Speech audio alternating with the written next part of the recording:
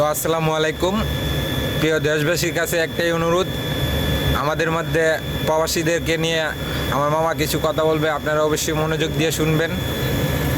আসসালামু আলাইকুম প্রিয় দেশবাসী, আমার কাতার প্রবাসী যে ভাই ও বোনেরা আছেন, আপনারা আজকে হইতে রেমিটেন্স বন্ধ করে দেন। কারণ যে বাংলাদেশে আমাদেরকে নিয়ে কোনো ভাবনা নাই, চিন্তা নাই, সেই বাংলাদেশ আমরা চালাবো না আমাদের রেমিটেন্সের টাকা দিয়ে। তারা আমাদের রেমিটেন্স নিয়ে তারা ফুর্তি করে, তারা আনন্দ করে, তারা বিলাসবহুল গাড়ি করে, বাড়ি করে। আমরা প্রবাসীরা কি পুতুল খেলা? আমাদেরকে কি খালি নিয়ে পুতুল খেলবে? আমাদেরকে কোনো দাবি মানবে না তারা। যদি ইনুস এই দাবি তুমি যদি না মানতে পারো, তাহলে তুমি বাংলাদেশ ছেড়ে তুমি যেথায় ছিলা সেই জায়গা তুমি চলে যাও। তুমি কয়েকদিন পর পর এটি নাটক শুরু করে দাও।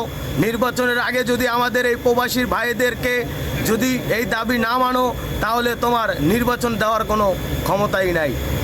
এমনকি আমি আরও বলতে চাই, আমার প্রবাসী ভাইয়েরা যদি বাড়ি যায়, দুইটা ফোন নিয়ে যদি আপনার প্রবাসী ভাইয়েরা যদি বাড়ি যায়, দুইটা ফোনের কোনো ট্যাক্স লাগবে না, ভ্যাট লাগবে না, দুইটা ফোন এমনিতেই চলবে। আমরা দেখা যায় কিছু কিছু ভিডিওতে আমি দেখি, আমার কাছে আসে সৌদি আরব থেকে দুই ভাই বাড়িতে গেছে, তাদের লেদারের ভিতরে 4টি তালা লাগানো ছিল, কিন্তু একটি তালাও তারা বিচ্ছে পায় নাই। তাদের লেদারে যে মাল ছিল সেই মালও গায়েব হয়ে গেছে।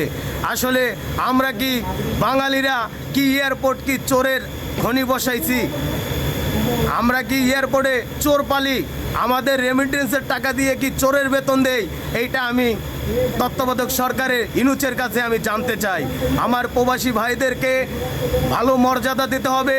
এয়ারপোর্টে আমার প্রবাসী ভাইরা যে কোনো বিষয়ে যে হয়রানি না হয়, এটা ইনুচের কাছে আমি আবেদন করলাম। আর যদি এই আমার আবেদন, আমার এই প্রবাসী ভাইদের আবেদন যদি না মানা হয়, তাহলে ইনুস তুমি কোথায় যাবা সেটা আমরা বলতে পারি না। আমরা গর্জে উঠেছি আরেকবার, ঠিক আছে? আমরা মনে করেন যে সবাই একতা হয়েছি। আজকে হতে আমরা রেমিটেন্স শাটডাউন করে দেব। রেমিটেন্স আর বাংলাদেশে যাবে না। তাতে আমাদের পরিবারের কোনো ক্ষতি হবে না।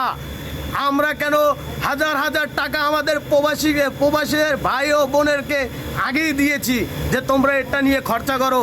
আমরা 5-6 মাস টাকা পাঠাবো না, বাংলাদেশে আমরা কোনো রেমিটেন্স দেব না। এই বলে আমি আমার কথা শেষ করছি।